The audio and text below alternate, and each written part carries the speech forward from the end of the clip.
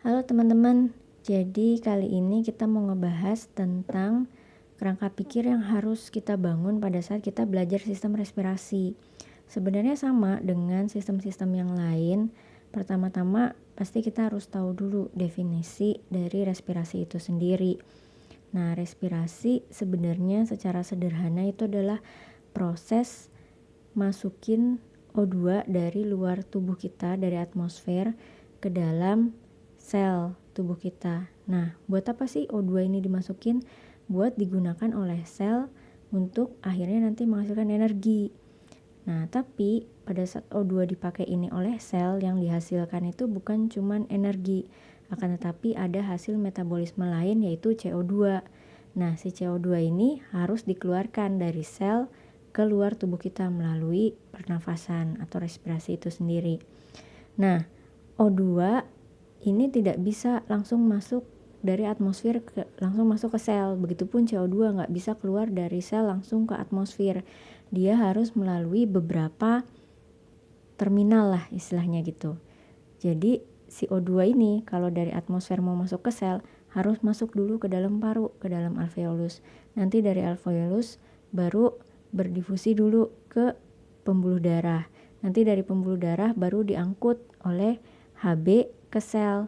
Nah, baru deh bisa dipakai sama sel. Begitupun CO2. Begitu keluar dari sel, nggak bisa ujuk-ujuk langsung ke atmosfer. Dia harus masuk dulu ke dalam darah, lalu berdifusi ke alveolus, baru dikeluarkan melalui udara pernafasan. Nah, dalam proses itu kita harus tahu organ-organ apa saja yang terlibat di situ atau struktur apa saja yang terlibat dalam proses respirasi itu. Nah, jadi setelah kita tahu definisi, kita harus tahu nih susunan anatominya. Struktur apa aja yang terlibat, lokasinya di mana, ukurannya berapa, bentuknya bagaimana gitu. Baik secara makro maupun secara mikro. Nah, kemudian baru kita belajar tentang fisiologinya. Dengan kata lain, kita belajar tentang bagaimana sih organ-organ tersebut bekerja sehingga kita bisa bernafas dengan normal dan adekuat. Nah, setelah kita tahu bagaimana kerja normalnya si organ-organ respirasi itu, barulah kita belajar tentang keadaan patologis apa saja yang mengganggu kerja sistem respirasi kita. Nah, biasanya tuh bisa berupa kelainan kongenital, atau infeksi, atau inflamasi, atau neoplasma, atau trauma, atau penyebab-penyebab lain seperti misalnya autoimun. Nah, dari setiap keadaan patologis itu, kita perlu mengetahui cerita di baliknya. Bagaimana sih suatu infeksi itu menyebabkan gangguan pada sistem respirasi? Bagaimana sih suatu trauma itu bisa mengganggu kerja normal sistem respirasi? Nah, terus pada umumnya keadaan-keadaan patologik itu mengganggu kerja sistem respirasi melalui dua mekanisme. Yang pertama itu mekanisme restriktif, yang kedua adalah mekanisme obstruktif. Nah, mekanisme restriktif ini adalah gangguan restriktif ini adalah suatu keadaan gangguan pernafasan di mana terjadi hambatan dalam proses dikembangkannya paru.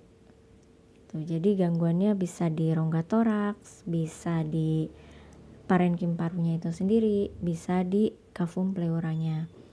Nah, kalau obstruktif itu gangguannya terletak pada adanya sumbatan di jalan nafas yang akan dilalui oleh O2 dan CO2 ini. Nah, nanti detailnya kita akan lebih bahas lagi di video selanjutnya.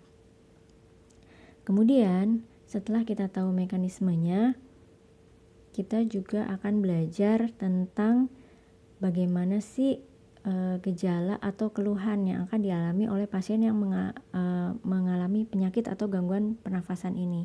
Mereka akan datang kepada kita dengan keluhan seperti apa ya.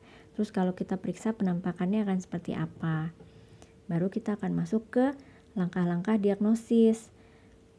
pertanyaan apa aja sih yang harus kita ajukan kepada seseorang yang datang dengan keluhan batuk misalnya atau sesak misalnya. Apa aja nih yang harus kita periksa dari pemeriksaan fisiknya dan dari pemeriksaan penunjangnya, hasil apa yang mau kita cari, bagaimana interpretasinya. Nah, di situ kita akan belajar langkah-langkah diagnosisnya. Atau kadang-kadang untuk penyakit-penyakit tertentu ada kriteria-kriteria diagnosis yang sudah disepakati. Nah, setelah kita bisa mendiagnosis, yang terakhir kita baru akan belajar tentang tata laksananya.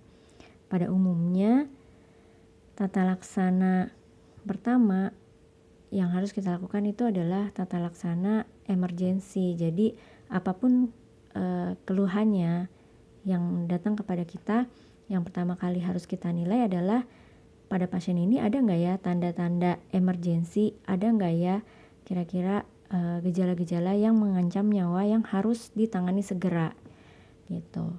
Jadi kalau misalnya ada, ya kita tangani kegawat daruratannya. Setelah tertangani, setelah stabil, baru kita elaborasi faktor yang lainnya, misalnya ke arah diagnosis definitifnya atau diagnosis etiologisnya, atau kalau pada anak misalnya status gizinya. Nah, baru nanti tata laksananya disesuaikan. Jadi kira-kira seperti itu ya teman-teman kerangka pikir yang harus kita bangun pada saat kita belajar sistem respirasi.